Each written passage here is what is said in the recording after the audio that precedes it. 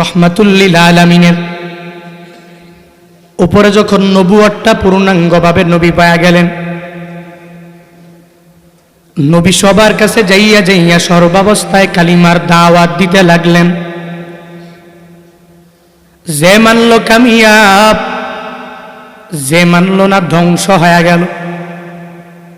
যে মানল সে ইমানদার, যে মানল না সে ক্ষতিগ্রস্তের মধ্যে পড়ে গেল। রহমাতুল লিল আলামিন নবুয়ত পাইয়া সব উম্মতের কাছে যখন নবী দাওয়াত দিতে আরম্ভ করলেন, কেউ কেউ মানিয়া নবীর খাঁটি সাহাবী হইয়া দুনিয়াতে জান্নাতের সার্টিফিকেট পাওয়া গেল। কিন্তু আবু জাহালকে যতই বুঝাবে সে তো মানবে না, উতবাও মানে না, মুগিরাও মানে না, সাহেবাও মানে না। যে মানছি সে তো আবু বকর, যে মানছে সে ওমর, যে মানছে সে উসমান, যে মানছে সে আলী। এজন্যই তো আবু বকর ফিল জান্নাহ, ওমর ফিল জান্নাহ, ওসমান ফিল জান্নাহ, আলী ফিল জান্নাহ। দুনিয়াতে এরা জান্নাতের সার্টিফিকেট পেয়ে গেলেন, আল্লাহর কাছেও এরা বড় দামি হয়ে গেলেন।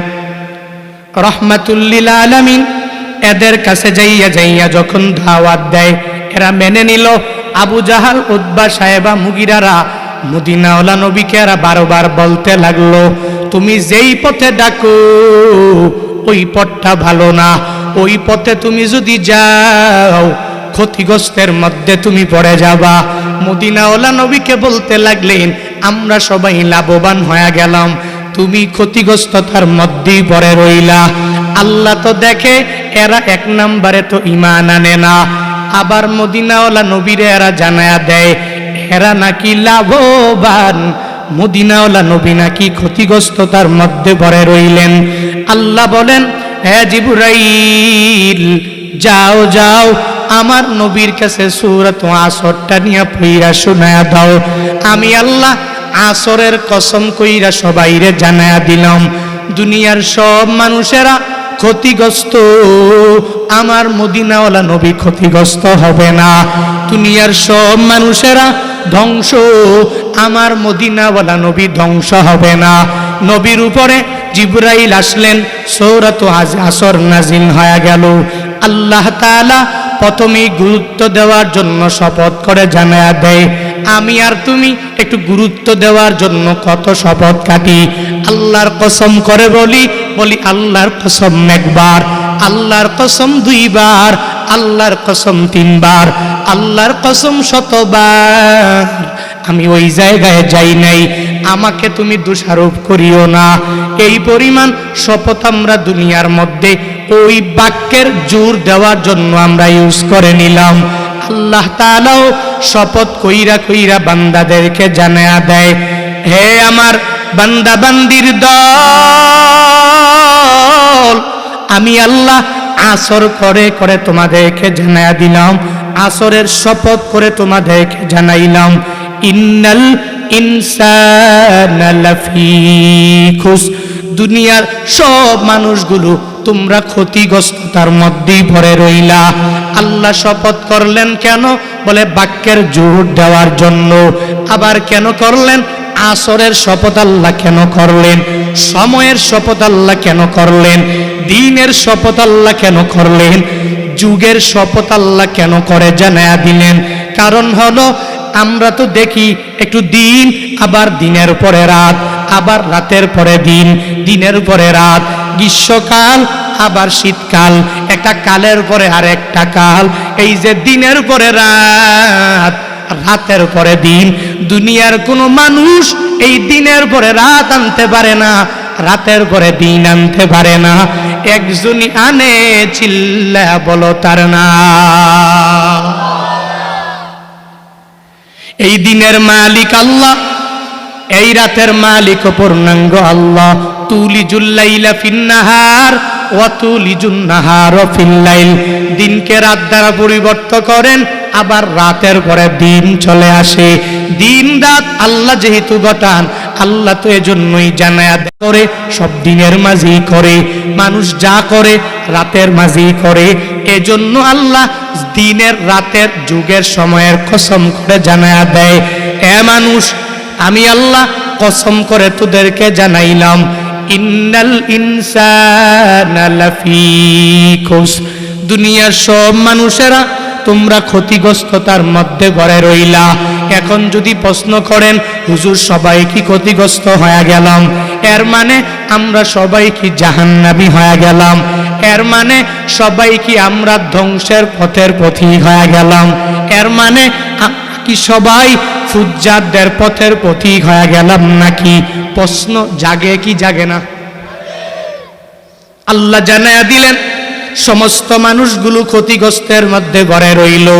এবার আল্লাহ তৃতীয় আয়াতে জানায়া দেয়, এ বান্দা, না না, সবাই তো ক্ষতিগ্রস্ত হবে না, সবাই জাহান্নামী হবে না, আবার সবাই তো জান্নাতি হবে না, সবাই লাভবান হবে না, ক্ষতিগ্রস্ততার মধ্যে সবাই পড়বে না। বলে চার দল, যেই দলেরা ক্ষতিগ্রস্ত কশ্চিনকালেও হয় না, তন্মধ্যে এক নাম্বার দলের নাম ইল্লাল্লাযীনা আমানু, এক নম্বরে যারা ঈমানওয়ালা, দুই নম্বরে ওয়ামিলুস সলিহাত, নেক আমল করনেওয়ালা, তিন নম্বরে ওই বান্দা একজনে আরেকজনের হকের পথে দাওয়াত দেয় যেই বান্দা, চার নম্বরে ওই দলটা যেই দলের লোকেরা এক দলে আরেক দলের একজন আরেকজনের উপদেশ দেয়, ধৈর্য ধারণ করার উপদেশ একজনে আরেকজনের দেয়। এই চার দলের লোকেরা ক্ষতিগ্রস্ত না, বরং এরা বান্দা লাভবান হয়ে যাবে। আল্লাহ তাআলা বলেন এক নম্বরে লাগবে ঈমান। সুতরাং ঈমানওয়ালা যারা, এরা ক্ষতিগ্রস্ত নাকি লাভবান? বলেন বলেন বলেন। ঈমানওয়ালা যারা, এরা ক্ষতিগ্রস্ত না, বরং এরা লাভবান। কেন জানুনি? আল্লাহ নিজেই ঘোষণা দিয়া জানায়া দিলেন, হে মানুষেরা, হে মদিনাওয়ালা নবী আমার, এই যে কাফের মুশরিক বেঈমানেরা আপনাকে বারংবার বারংবার বলে আপনি নাকি ক্ষতিগ্রস্তের মধ্যে পড়ে রইলেন। ও নবী, না না, আপনি ক্ষতিগ্রস্তের মধ্যে পড়েন নাই। যারা পড়ে রইল এরা তো কাফের মুশরিক বেঈমান, এরা ঈমান বুঝে না, এরা আল্লাহ চিনে না, নবী চিনে না, কোনো কিছু এরা চিনে না, এরা কশ্চিন কালেও লাভবান হতে পারবে না। কিন্তু নবী, আপনি ঈমানওয়ালা, আপনার উম্মতেরাও যদি ঈমানওয়ালা হয়ে যায়, এরা সর্বাবস্থায় বড় লাভবান হয়ে যাবে, ক্ষতিগ্রস্তের মধ্যে এরা পড়বে না। এখন হুজুর, আমি তো ঈমানওয়ালা, ভালো করে জানি। কেমনে হুজুর? বলে আমার বাবা মুসলমান, আমার দাদা মুসলমান, আমার বড় আব্বা মুসলমান, এদের ঘরে জন্ম নেওয়ার কারণে আমিও মুসলমান, এদের ঘরে জন্ম নেওয়ার কারণে আমি ঈমানদার। ঈমানের সংজ্ঞা বান্দা এমনটা নয়, বরং ঈমানওয়ালা কারা? বলে ঈমানওয়ালা তো ওই বান্দা মদিনাওয়ালা নবী আল্লাহর পক্ষ থেকে জানিয়ে আসলেন, তার উপরে যেই বান্দা এক নম্বরে মৌখিকভাবে স্বীকৃতি দিয়া দেয়, এক নম্বরে ইকরার বিল লিসান, মৌখিকভাবে স্বীকৃতি দিয়া দিল আমার আল্লাহ এক, আল্লাহ সারা দুনিয়াতে কোনো মাবুদ নাই, আল্লাহ সারা দুনিয়াতে কোনো মাশূক নাই, আল্লাহ সারা দুনিয়াতে ইবাদত পাওয়ার যোগ্য আর কেউ নাই, মদিনাওয়ালা নবী মুহাম্মাদুর রাসূলুল্লাহ। এই বান্দা মৌখিকভাবে দাবি জানা দিল আমার আল্লাহ এক। দুই নম্বরে বান্দা জানাইলো মুহাম্মদ নবী আল্লাহ কর্তৃক প্রেরিত পয়গম্বর, এর প্রতি যেই বান্দাটা ঈমান এনে নিল, এটা তো মৌখিকভাবে বান্দা বলল, কিন্তু ঈমানটা বান্দার পরিপূর্ণ হয় নাই। কারণ বান্দা এলাকার মধ্যে হিন্দুর অভাব নাই, এদের সামনে যাইয়া যদি একটু তুমি জোর কইরা তাকে বলো, হ্যাঁ হিন্দু, তোকে আমি চাপ দিলাম, এখনই তুই বলবি লা ইলাহা ইল্লাল্লাহ মুহাম্মাদুর রাসূলুল্লাহ। হিন্দু যদি আপনার চাপের মুখে পড়িয়া যদি জানায়া দেয় লা ইলাহা ইল্লাল্লাহ, এর মানে হিন্দুটা কি মুসলমান হয়ে গেল? কেন হতে পারে নাই? কারণ মৌখিকভাবে স্বীকৃতি দিল, এই বান্দা অন্তর থেকে মন থেকে দিতে পারে নাই। আল্লাহ যে এক, এই বান্দা মুখ দিয়া বলল, অন্তর দিয়া বান্দা বলতে পারে নাই। ওই হিন্দুটা যদি মৌখিকভাবে স্বীকৃতি দেওয়ার মাধ্যমে মুসলমান না হতে পারে, তুমি আর আমি কেমনে খাঁটি মুসলিম হয়ে কবরে যাব? ইমানের সংজ্ঞা হলো 1 নাম্বার আল্লাহ এক। এই কথাগুলো বান্দা তুমি মেনে নাও, মৌখিকভাবে আগে তুমি স্বীকৃতি দিয়া দাও। 2 নাম্বারে ইমানের সংজ্ঞা আত-তাসদীক বিল জিনান, অন্তর দিয়া বান্দা এই কথাগুলো গেঁথে নাও। নিজের মন থেকে বলো আল্লাহ ছাড়া কোনো মাবুদ নাই, মন থেকে বলো আল্লাহ ছাড়া ইবাদত পাওয়ার যোগ্য কেউ নাই।